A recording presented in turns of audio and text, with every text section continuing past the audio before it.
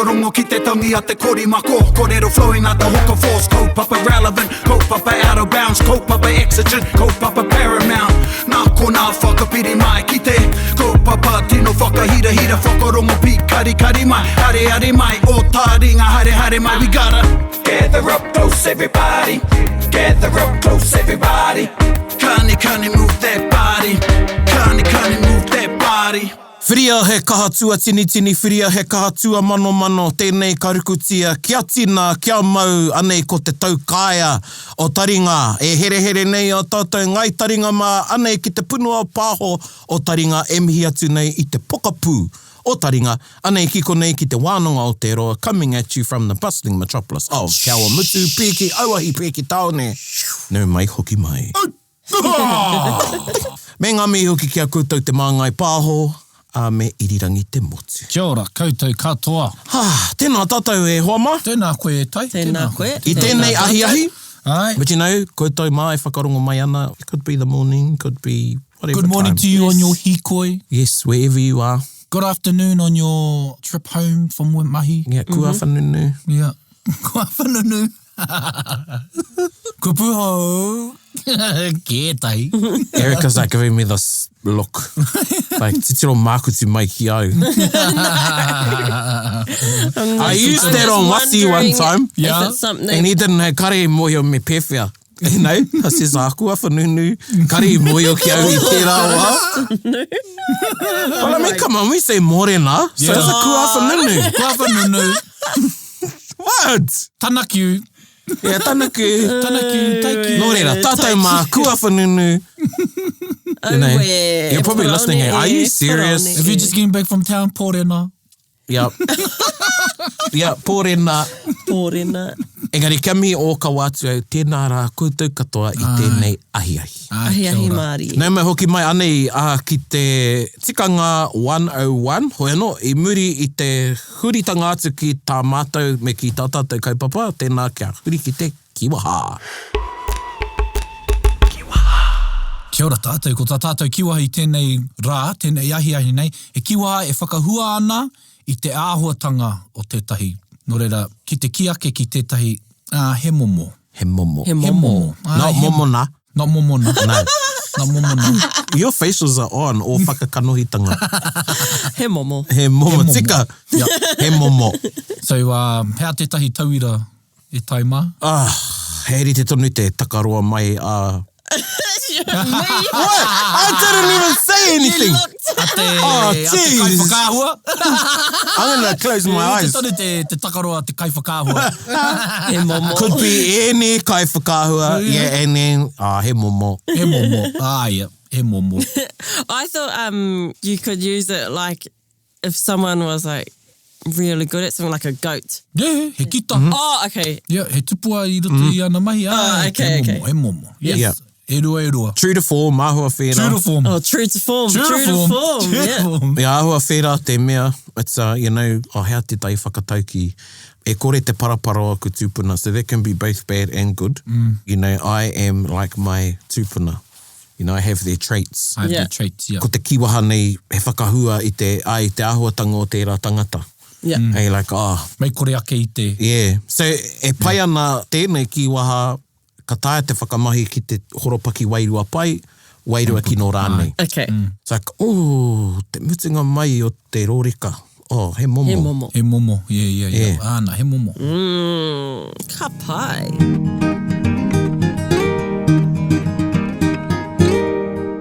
Nō reira, e te iwi kia huri ki te kaupapa kōrero mō tēnei Tikanga 101. I tēnei rā, e kōrero ana, e wānanga ana i te moemoea. Kia ora. Meki, ko te moemoea whakakitenga nei. Ai. Premonitions. Premonition. But I'm not the only one. Yeah. He momo. Yeah, tika. Piro. Piro. Koera te kaupapa e hoa ma. Ko te moemoea, ko te whakakitenga. Kia ora. I think moehewa, I runga i te moehewa. Moehewa, ai. Kare moeana hea te rereke o te moehewa I te moemoeā. Because I think a moemoea can both be just a dream, but then in saying that, me whakaaro ki te hinengaro o tātou mātua tūpuna. Āko nei pia, katoa nā moemoea ki a rātou he whakakitenga. He whakakitenga, ai. Ka pānui tia rānei, ka ki te whakamaori I o rātou moemoea. Te atu kupu e mahara nau ko te tūtoro. Tūtoro, ai. Ko te toro mai te tērā a tētahi ki ako I roto I o moemoea.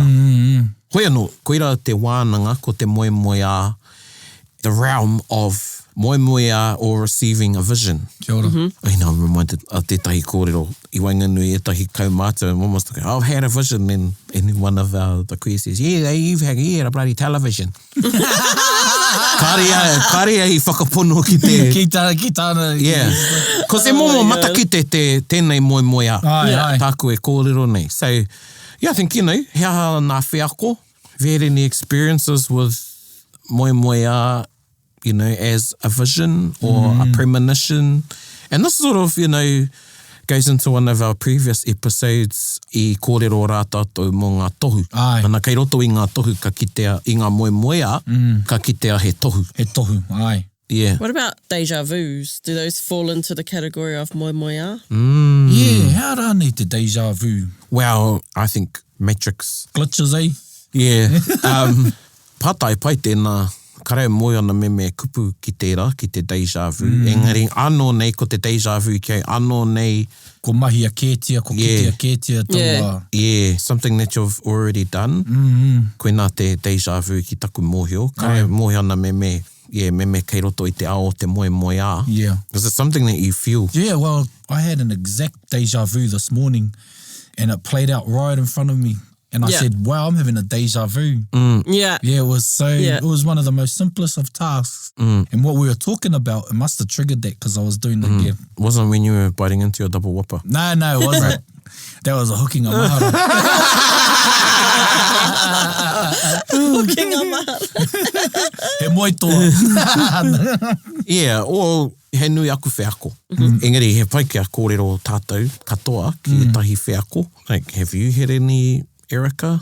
What's your experience with... No, I wish I was more connected to my dreams.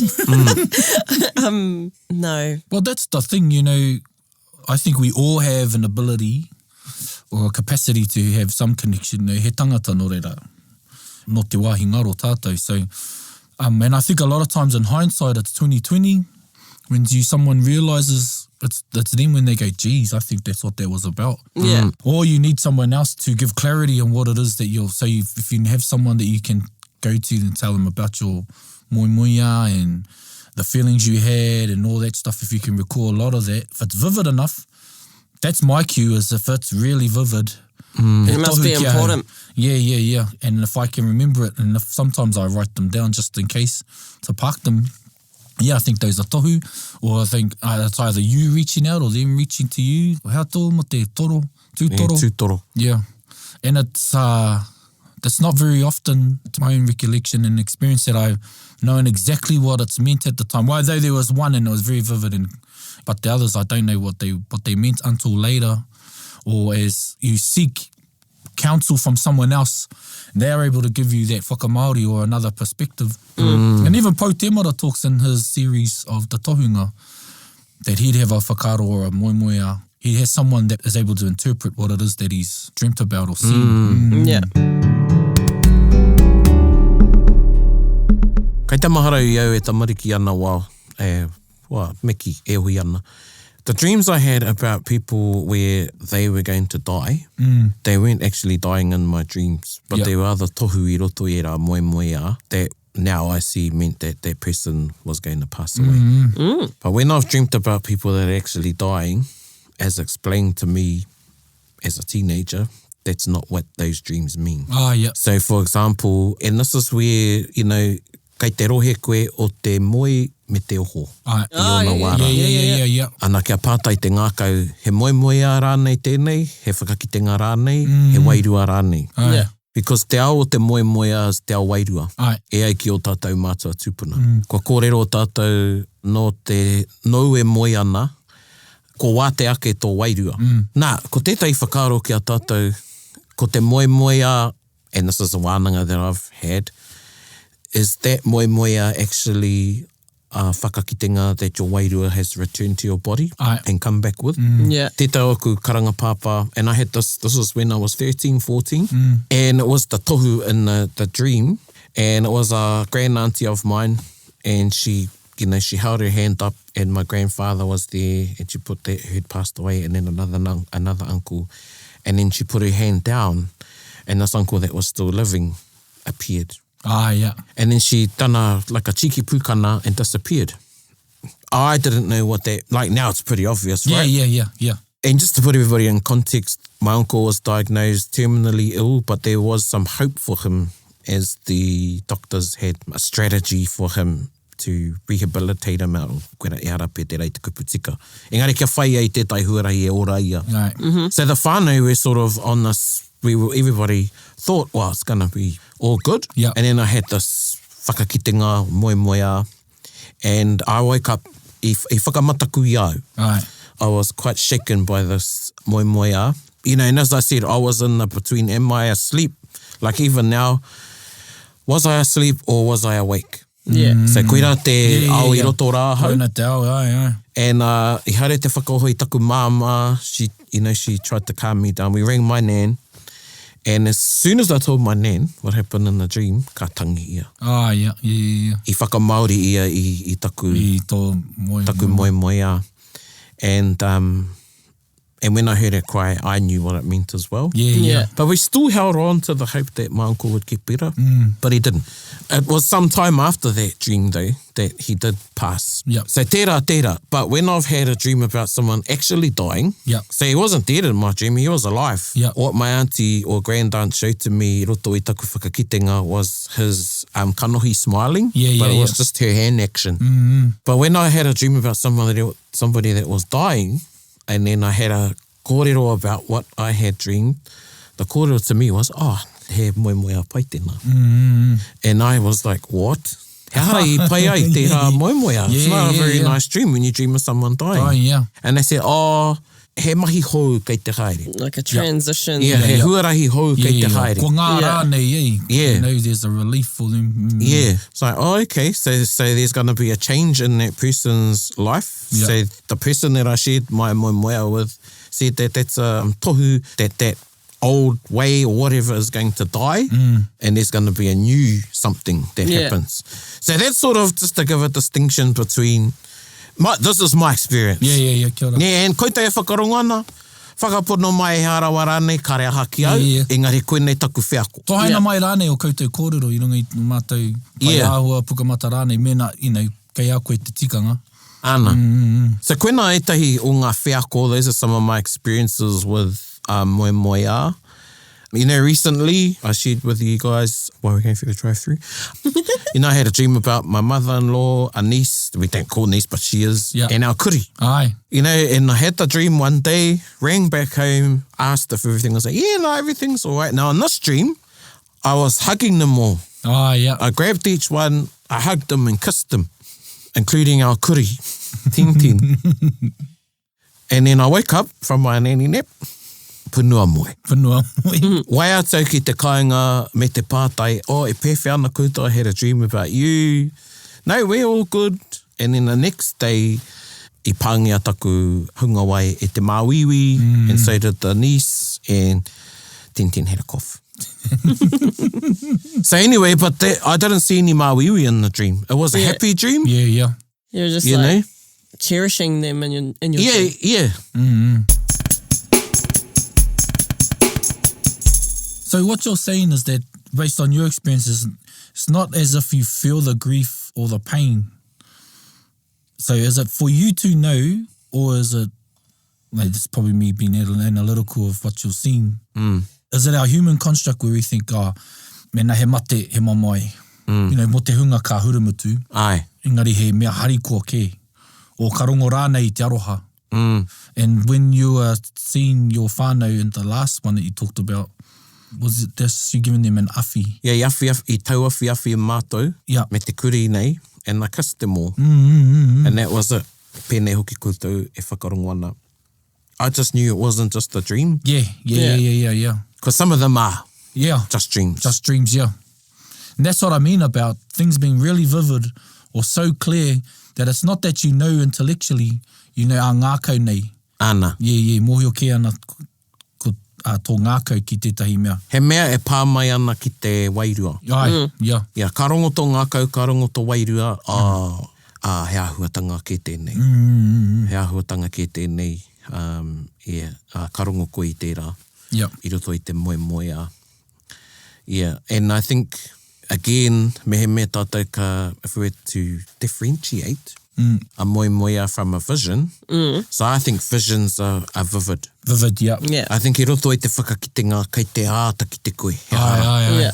And ko au tēnei, it's quite explicit. I don't think there's any room there for interpretation Yeah. Yeah. as to what that whakakitenga means.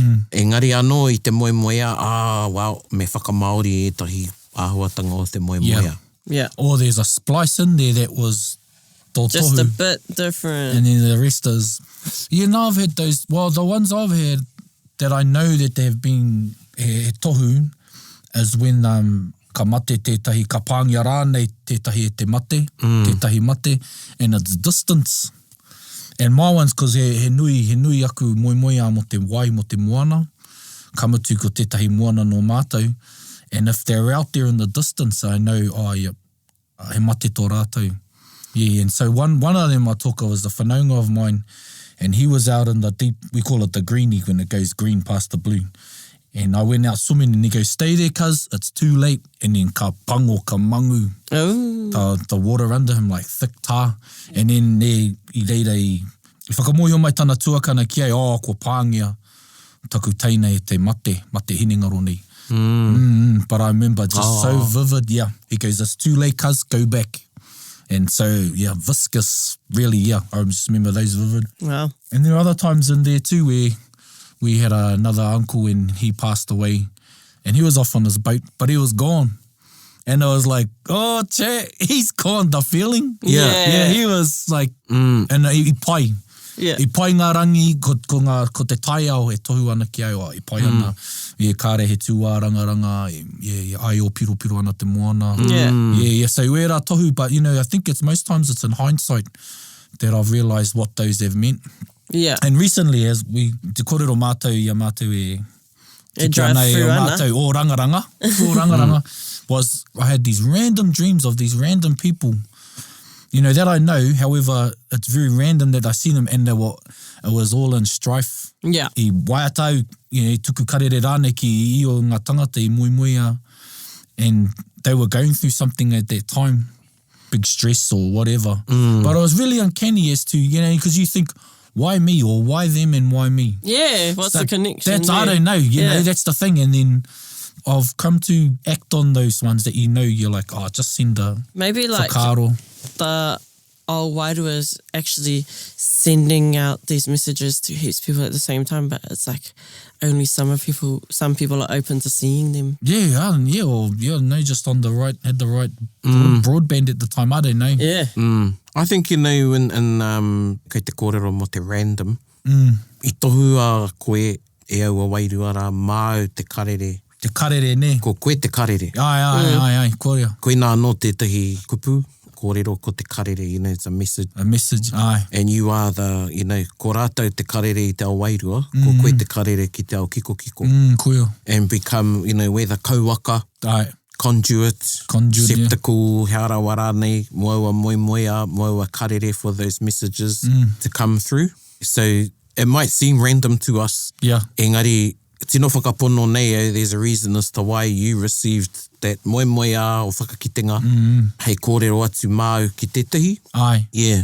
Because maybe your position with them or the way that you could convey koina o whakaaro. Yeah. It's like, you may be the right person with us. Here, take this message to them.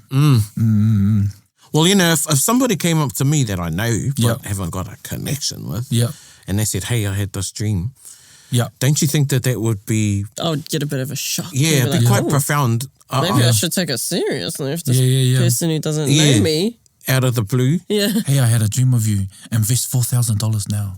Oh, didn't you be one of those ones on the bloody Facebook Hi, Messenger? how are you? Heka. Hey, how are you? They're getting really good Or these days. What is another way of saying, I had a dream about you?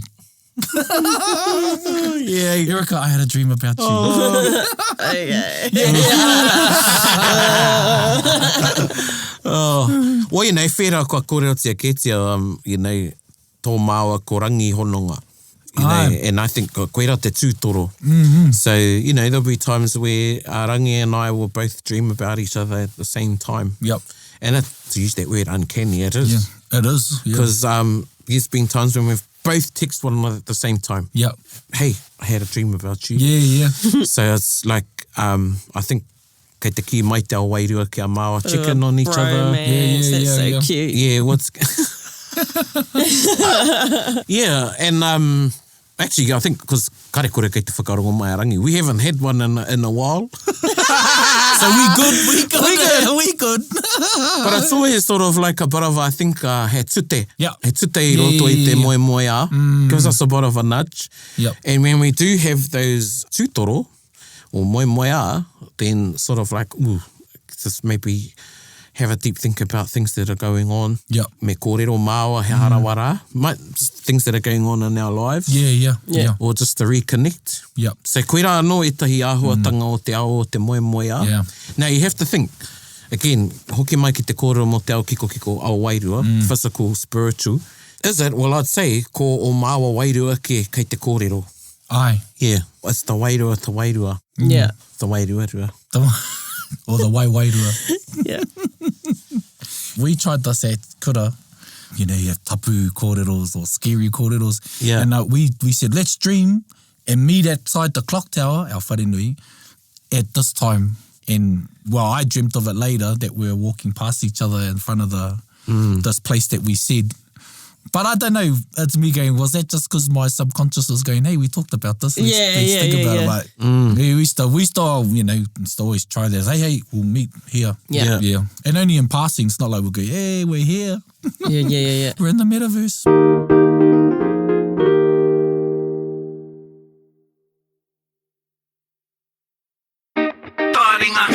Taringa. Sometimes these, you know, like this is a funny one, or I think it's funny. It was at a tangi, and an uncle of mine slept next to the box, to the coffin. And this kuia of ours that passed away, she loved the races. But she was always cautioning this uncle of mine, kia tūpato, because he used to spend a bit too much. Yeah. You know, he made some bad bets.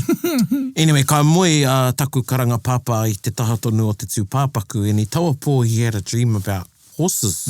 Oh, you know, there was horses in his dream anyway. And when he woke up, he was itching himself, and he said to me, boy, we got to go down and take a bet. So there was an otaki, you know, it's a tohu, had this moemoeā, woke up, itchy. So we went down to, used to be called the Nag's Head. Aye. Koe nei te pāpara I Otaki. And this was kui kiripu I'm talking about. Koutou o te tonga e mohana ki tēnei kuia. And he nui te kauanuanu ki tēnei kuia. This TAB, she had her own table. That was hers.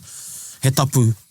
Ka rāhui tia nōna te mana. And when she came in, they'd have a tea and biscuits. Yeah. TAB, because that's what we used to call it. Tea and biscuits. Yes, that was the old code. Yeah, that's the code. Tea and biscuits. Where's mum? Oh, they're going for tea and biscuits. Yeah, but they would have a tea and biscuits for her.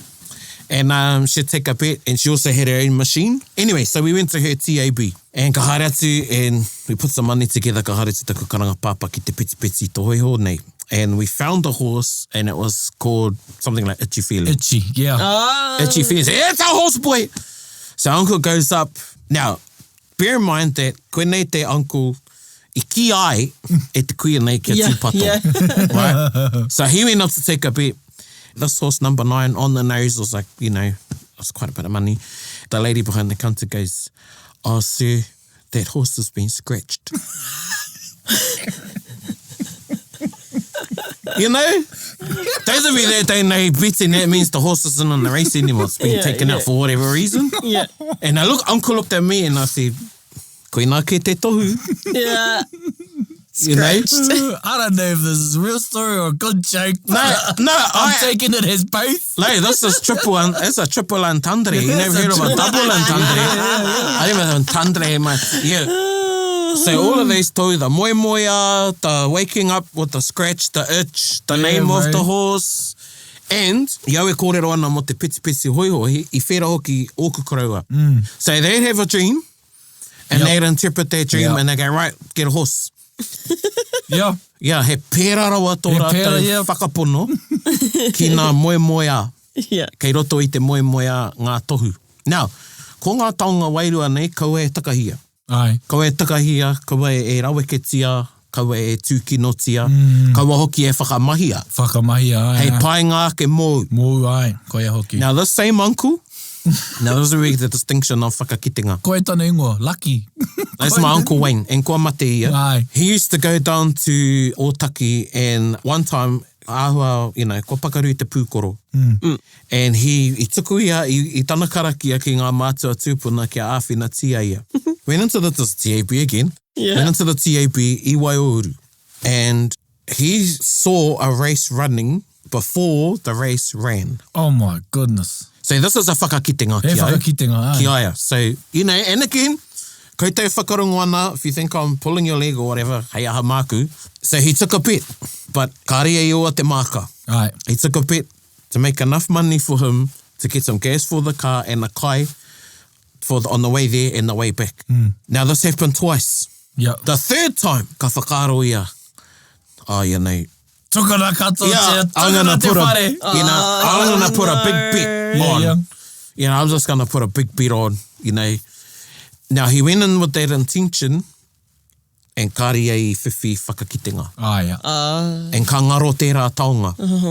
Nō reira, hea te hua o tēnei kōrero. Ko ngā mahi wairua nei manakitia.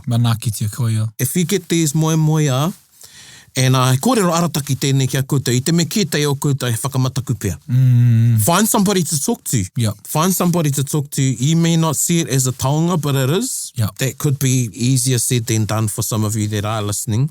But the least you can do is talk about it to somebody, because I know people who have kept the taonga.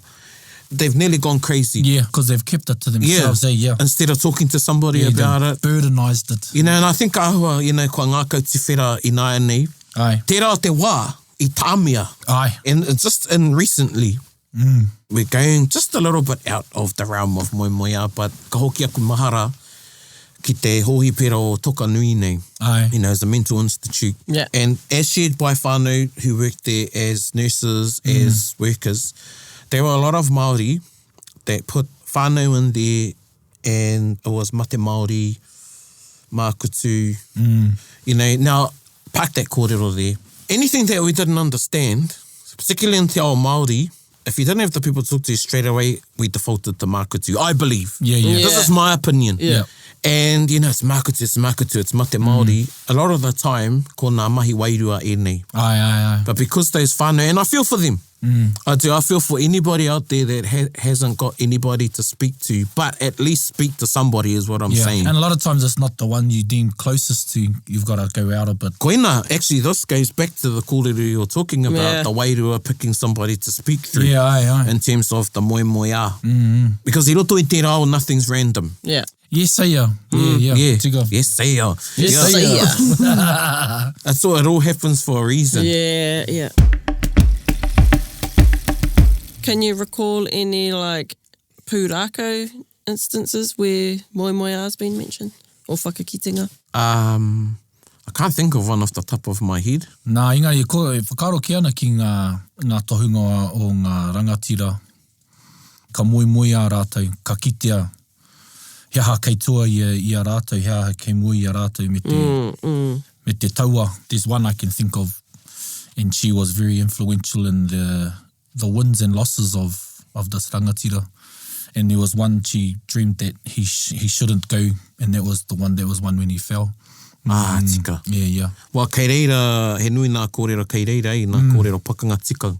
Ka moemoea te tehi, nā ka whakamāoritia e te tohunga, if it's not the tohunga who has the dream. And that's where what I was saying, you know, sort of going back to what I was saying in the beginning, ki o tātou tūpuna, did they think like this? Yeah. Did they think, no, that's just a dream, and this is a he akoranga, kei, you know, he whakakitenga ki tēnei. Yeah.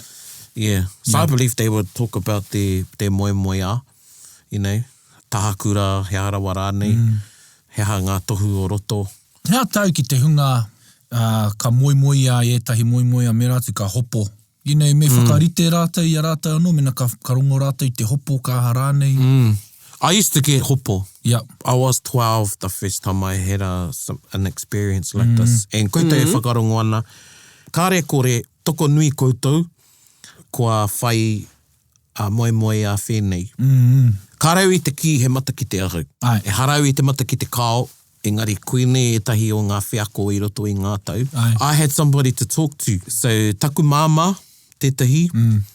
And, you know, my mother was, if you listen to the Paki Kehua, my mother had her head on her shoulders. Yeah. So she knew about those things i roto i te ao Māori, and at the same time, I believed that she was quite collective in her thinking, and was lucky in that wairuatanga was nurtured in our whānau. Ai. So I knew to go to the water. Yeah. Yeah. Even just putting the water on me, it's the effect that it has. Yeah. You know, without any, it's the intention. Kia ora. Kāre he kupu, Yeah. just to put the water on me would calm me. Yeah. Everybody would have different ways of calming themselves. I mean, if you haven't been brought up to know about wai, and we've done an episode on wai Māori, then that may not be your path, Yeah. you know, yet. Yeah. You know, but find a way to, you know, te tai mea whakamāoritanga a koe, have a cup of tea, and reach out. Yeah. Tēnā whaia tētahi hei kōrero, hei hoa kōrero mōu, kia whaiwa, ki te wānanga, ki te kōrero, and they may know somebody. I mean, again, in my saying, everything happens for a reason. Ai. You wouldn't have talked to whoever if you didn't receive this moemoeā. Yes, kia ora. Yeah, and it can be, you know, frightening when you get a moemoeā like that.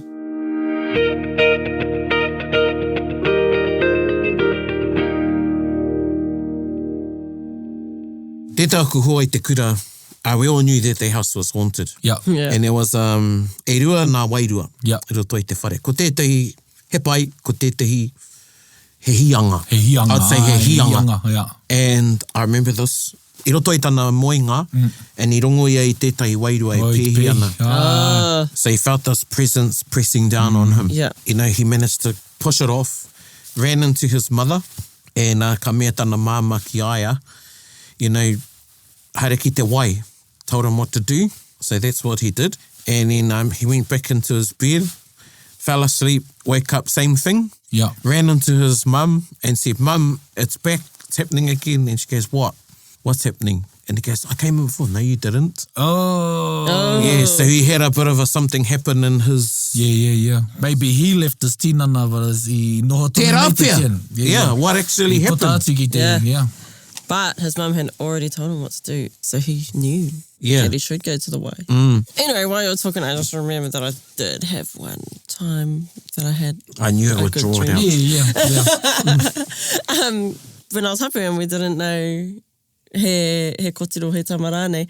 And my partner would always refer to the baby as, oh yeah, when he blah, blah, blah, and he's going to do this and da-da-da, him. And I'm like, I had this dream that it was a girl. So Yeah. And then I was like to him, but I had a dream that it was a girl, so I think it's gonna be a girl.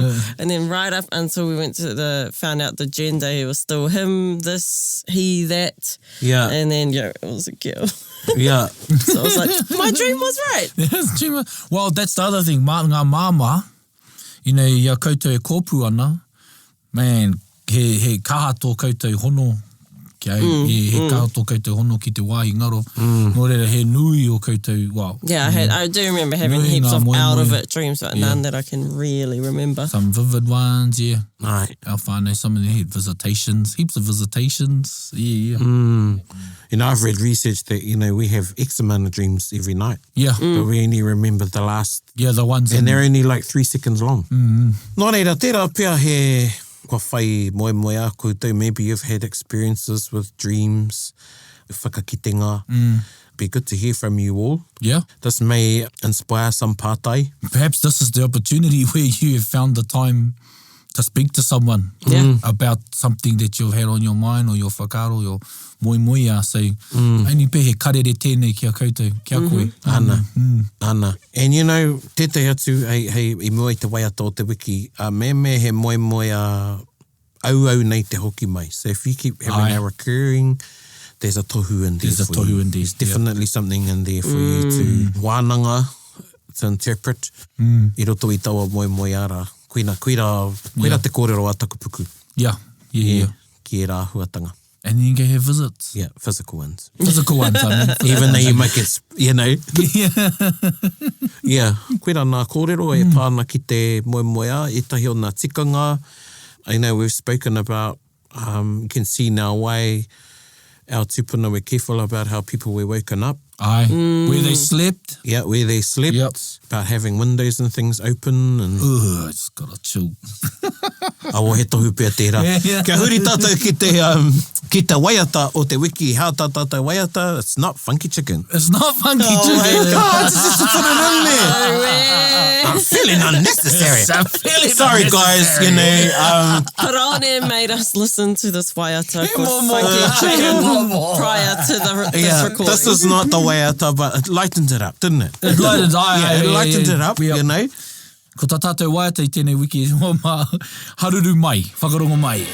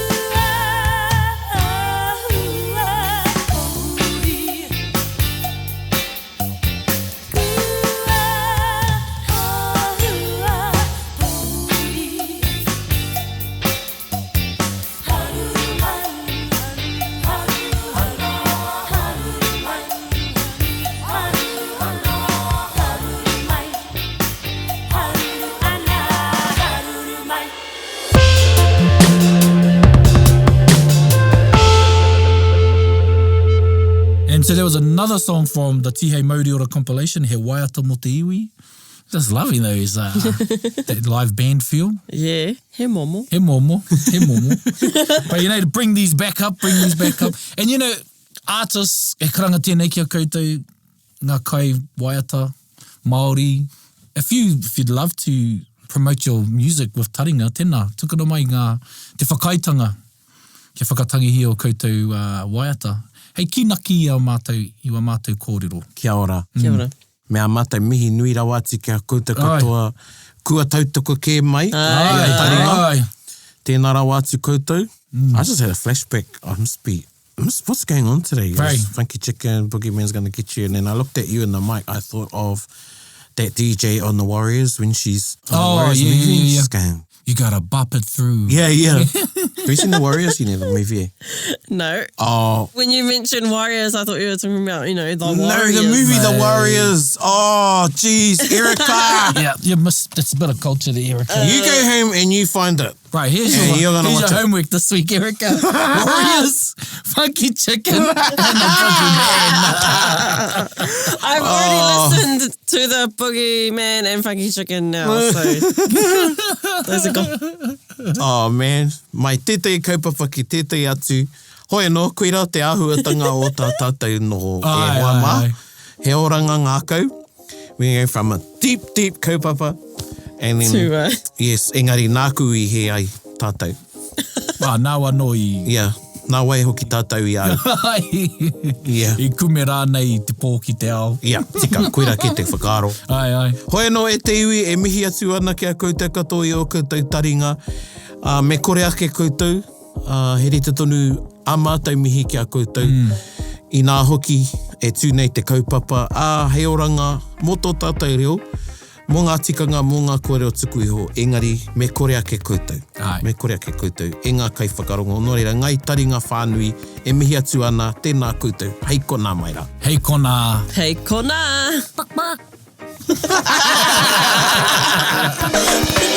Bit whakarongo, bit kari. Get the rope close, everybody, buddy. Taringa. Yeah, tahuri mai ki yo. Whakarongo ki te tangi a te korimako. Kōrero flowing out the hook of force. Kaupapa relevant, kaupapa out of bounds. Kaupapa exigent, kaupapa paramount. Nā kona whakapiri mai ki te kaupapa tino whakahira. Whakarongo pi kari mai. Hare mai, o Taringa, hare mai. We gotta gather up close, everybody. Gather up close, everybody. Kani move that body. Kani move that body. Taringa, he mea tuku nā te wānanga o Aotearoa.